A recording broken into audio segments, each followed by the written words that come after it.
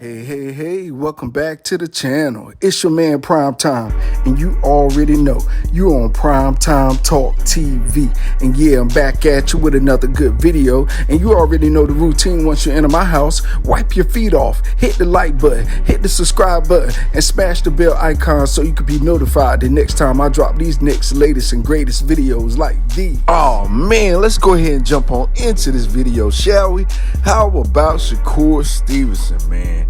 You know, he got a fight coming up April 30th, a unification match against Oscar Valdez, the student, you might as well say, of his mentor, Canelo Saul Alvarez.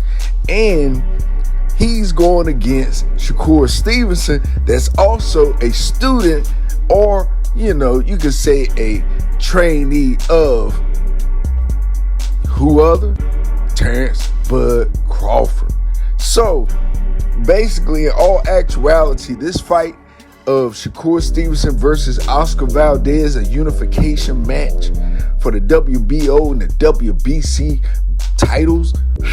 Woo, this is big, this is huge, this is massive.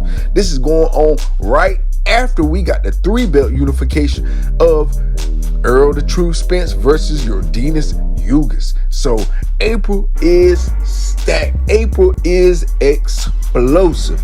But the reason why I'm here is because, you know, Shakur Stevenson did an interview, his first interview after having his daughter. So, you know, basically he was talking about Rolly Romero and Gervonta Tank Davis. He was asked a question by, you know, another fight channel, Fight Hype. And basically, you know, with them, you know, they ask good questions. So, you know, Shakur Stevenson answered all the questions about his daughter and being away from his family and training and things of that nature. Just saying that, you know, he's doing all this for his daughter so well.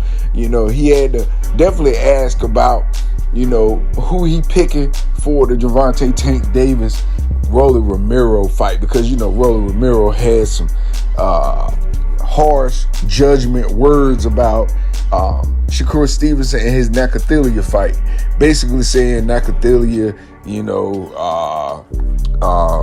had a better fight against Shakur Stevenson, and Shakur Stevenson wasn't.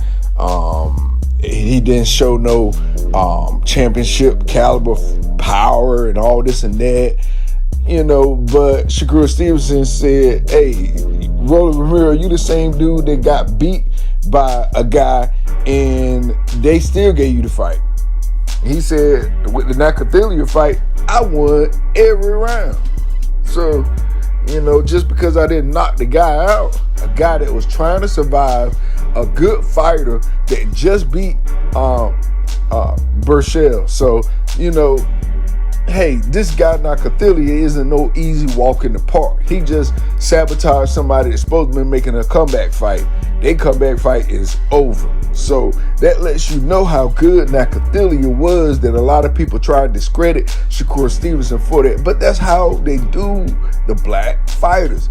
They beat the good guy, they get discredited. Oh, you know, he was injured. Oh, well, he was coming off a loss. Oh, the guy, you know, he hasn't won a fight. Oh, he had an 8-month layoff. Oh, it's an excuse. So, you know, but that's how it go. And I think we're used to it now. We're used to other, you know, people making excuses for whenever our black fighters win. You know, Mayweather, he's seen it all his career. Deontay Wilder seen it all his career. You know, that's just how it go. That's the standard, because we that good. That's what it is. Be real, be honest. Black boxers, fighters set the bar, set the standard. But of course, no race around the world will say that, will ever own up to that. So that's why we got to do these channels ourselves, because if you go around the world and look at how the channels treat black fighters, wow, you will be shocked. We're pretty much the enemies, the bad guy, the villain, the arch nemesis, and the other guy that does the drugs and cheats and put stuff in his gloves and all that. Those guys get praised. in this world we live in, they get celebrated. Cheaters get celebrated. Thieves, murderers get protected in this world we in. So why could it be shocking? It's not shocking to me, but it may be shocking to others that want to hide the truth. But anyway, I digress. Let me get back to the point at hand. The point at hand is that Shakur Stevenson said that he hopes that Rolly Romero knocks his cell phone to the canvas. No, he didn't. Yeah, I know what you thought. I know what you thought I was going to say. No, he's hoping that Gervonta Tank Davis knocks Rolly Romero out. Not only knocks him out, but he said, I would love to see Rolly Romero get knocked out with a body shot.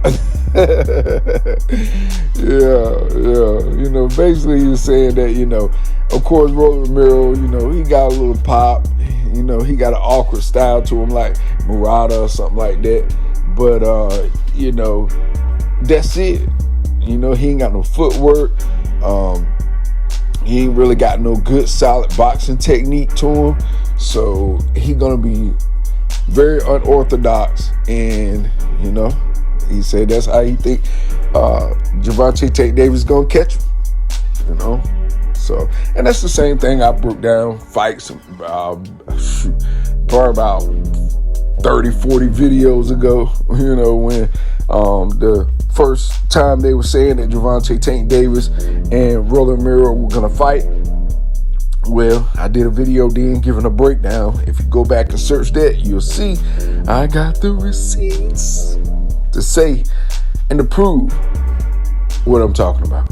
So, if you foggy, you want to jump, go check it out.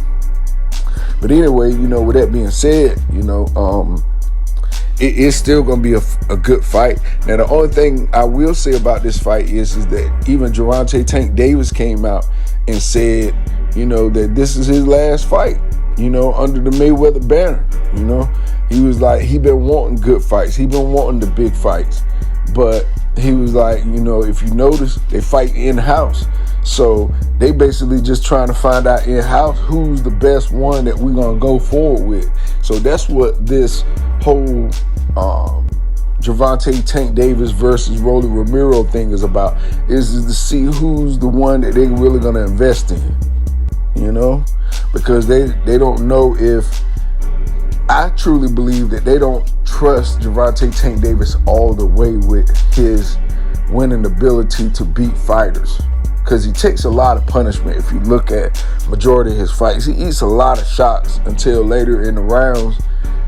After he's exchanged enough with that fighter, the fighter gets comfortable, slips in, he slips under, bam, uppercut. So I get his style, I get his technique. I love Gervonta Tank Davis, what he brings to the game. I don't really hold too much criticism over Gervonta Tank Davis because he is more active in the lightweight division than most other fighters, especially Ryan Garcia. But hey, it is what it is. Hopefully with the re-signing, because I do believe Gervonta Tank Davis is going to re-sign with Mayweather Promotion. He's been under that banner all his career. They helped him. They grew him. He got money. So it ain't like you really need for anything. But even Gervonta Tank Davis came out himself and said that, hey, don't put all this on me. I want the big fights. I want the top 5 fighters. He said, but who's out there fighting top 5 fighters?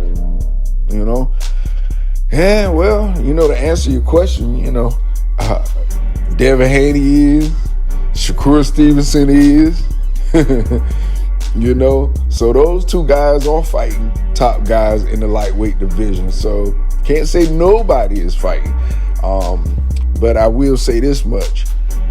It does need to pick up the pace. I feel as though fighters with belts need to fight at least twice a year,